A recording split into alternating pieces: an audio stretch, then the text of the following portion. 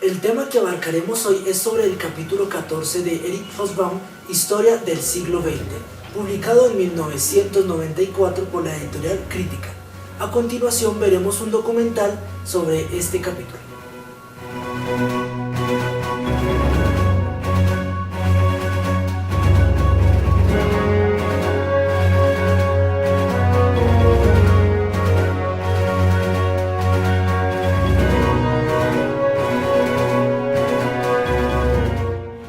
Sabemos que 20 años después de 1973 se presenta un mundo inestable y con crisis, y hasta los años 80 se pudo ver con claridad que los cimientos de la Edad de Oro estaban minados. Durante muchos años los problemas económicos siguieron,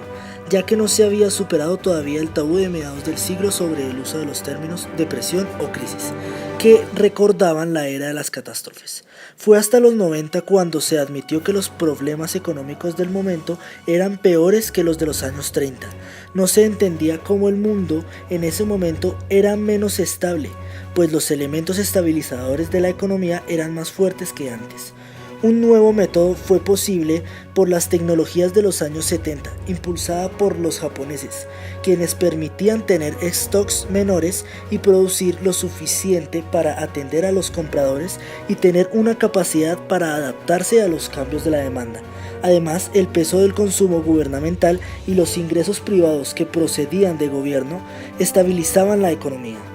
Debemos tener en cuenta el hecho de que la Edad de Oro finalizó o culminó de 1971 a 1975, teniendo una clásica depresión que redujo el 10% de la producción industrial de la economía y un 13% el comercio internacional. El mundo desarrollado avanzaba con un ritmo más lento de lo normal, pero a finales del siglo estos países fueron los más ricos y productivos. En países como África, Asia Occidental y América Latina, la mayor parte de la gente perdió su poder adquisitivo y la producción cayó, ya que el PIB se estancó en zonas del antiguo socialismo de Occidente.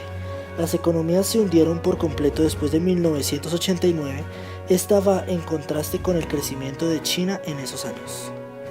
En 1973, la pobreza, el paro, la miseria y la inestabilidad reaparecieron y el crecimiento se vio otra vez interrumpido por crisis en 1974 a 1975, en 1980 a 1982 y a finales de los años 80. Como evidencia de esto se podía salir a las calles y ver a los mendigos, lo cual demostraba la visión cotidiana de los pobres sin hogar, las desigualdades sociales y la nueva era de la economía. A causa de los programas de bienestar y seguridad social, el malestar de los trabajadores fue menor al que se esperaba, pero las haciendas gubernamentales se veían agobiadas por los gastos sociales que aumentaban los ingresos estatales. Es importante resaltar el hecho fundamental de las décadas de crisis, ya que no es que el capitalismo funcionase peor que en la Edad de Oro, sino que sus operaciones se encontraban fuera de control y la principal herramienta que estaban empleando para realizar esta función era la acción política coordinada nacional o internacional.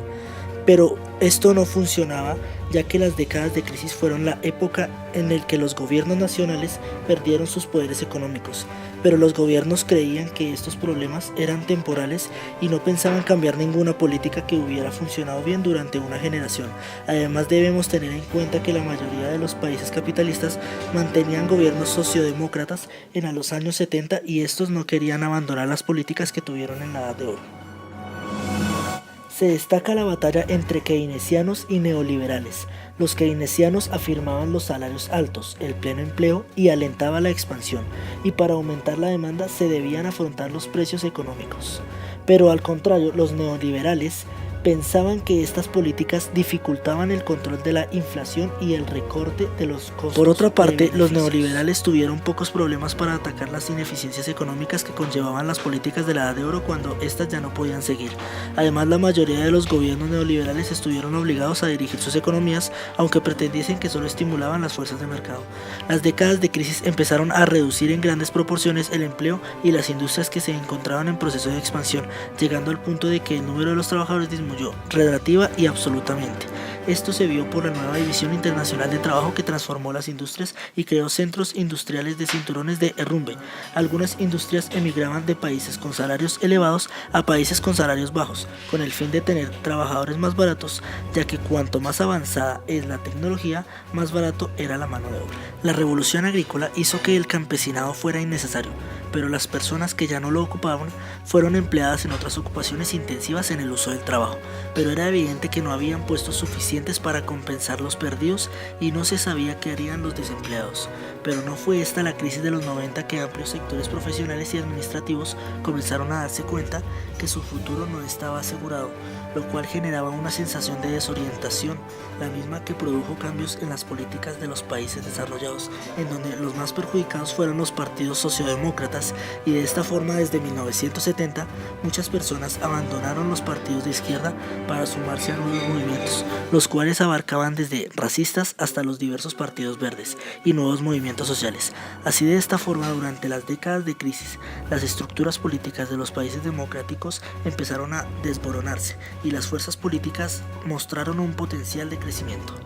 También a mediados de 1970 se produjo una crisis similar en el socialismo real, en donde la entrada masiva de la URSS en el mercado internacional y el impacto de la crisis petrolífera representaron el fin del cambio socialista como una economía regional autónoma. Muchos reformistas socialistas hubieran querido cambiar o transformar el comunismo en algo similar a la socialdemocracia occidental, pero esto coincidió a la vez la crisis de la edad de oro del capitalismo, que a su vez fue crisis de los sistemas socialdemócratas. No es posible hacer generalizaciones en cuanto del tercer mundo se trata, ya que la única es que desde 1970 casi todos los países de este bloque se endeudaron enormemente, y en 1990 se podrían clasificar entre las deudas más gigantes internacionalmente, las cuales ocupaban respectivamente Brasil, México y Argentina. A inicio de los años 80 se generó pánico cuando los países con mayor deuda no pudieron seguir pagando y en el sistema bancario estuvo al borde del colapso. A medida que la economía transnacional consolidó su dominio de Estado-nación, se debilitaba, ya que no podía controlar más que una parte de sus asuntos. A este debilitamiento se le añadió una tendencia a dividir los estados territoriales en los que se pretendían hacer otros más pequeños, la mayoría de estos como respuesta a la demanda del grupo étnico-lingüístico. El nuevo nacionalismo separatista de las décadas de crisis se trataba de la combinación de tres fenómenos. En primer lugar, la resistencia de los estados o nación existentes a su degradación, en donde el proteccionismo fue mucho más débil en las décadas de crisis que en la era de las catástrofes. El libre comercio mundial seguía siendo el ideal y la realidad, sobre todo después de la caída de las economías controladas por el Estado. En un segundo lugar, el egoísmo colectivo de la riqueza, donde los gobiernos del viejo estilo aceptaron la responsabilidad de desarrollar sus territorios y la de igualar sus cargas y beneficios, en todos ellos en donde las regiones más pobres recibían subsidios de las regiones más ricas con el fin de reducir las diferencias. Sin embargo, estas se negaron y declaraban que no tenían una carga por el atraso de estas, por lo tanto no darían ningún subsidio y se negaban a esto. En tercer lugar, la revolución cultural de la mitad del siglo disolvió las normas, tejidos y valores sociales tradicionales, haciendo posible que muchos habitantes del mundo desarrollado se sintieran huérfanos, y desde finales de los años 70 se vio el auge de los grupos de identidad, cuyas políticas tienen en común con el nacionalismo étnico del fin del siglo, la creencia que la identidad es una característica personal, existencial, primordial e inmutable, que se comparte con miembros de un grupo, pero esta política de identidad nunca podría funcionar, ya que trataba de crear un Estado independiente. Se han ideado fórmulas como la ONU, que han existido a lo largo del siglo y se han convertido en una necesidad a nivel mundial. Se disponía de dos formas para asegurar la acción internacional que se reforzaron con la década de crisis. En primer lugar, la abdicación voluntaria del poder nacional a favor de autoridades supranacionales, y en segundo lugar, las organizaciones financieras internacionales que se crearon tras la Segunda Guerra Mundial, como lo son el Banco Mundial y el FMI. Estos adquirieron más autoridad durante la década de crisis, debido a la deuda del tercer mundo y la caída de la URSS. En fin, el triunfo del neoliberalismo en los años 80 se produjo en políticas de privatización sistemáticas y de capitalismo de libre mercado, impuesta a gobiernos demasiado débiles para oponerse a ellas sin importar si eran adecuadas o no para su economía.